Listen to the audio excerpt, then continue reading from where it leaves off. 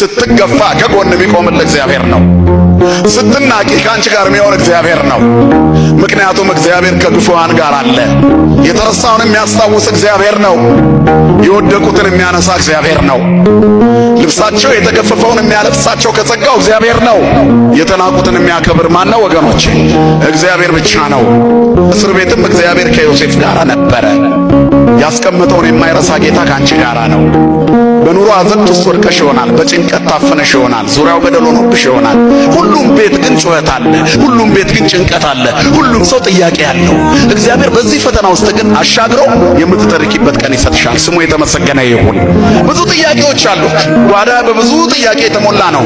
መኝታ ሰላም አጥቶ ሊሆን ይችላል። ማዕድህም በፍርሃት የተሞላ ይሆናል። የሥራ ቦታም ላይ ብዙ ፍርሃትና ጭንቀት አለ። ሰማዩ ድፍን ብሎብሃል። ምናልባትም ምድር አስጨናቂ ሆናብሃለች። ዙሪያው ገደል ሆኗል። እግዚአብሔር ግን ካንተ ጋራ ነው። የትም ብትወድቅ ያለህበት የቆሸሸ ስፍራ ለሱ አይሸተውም።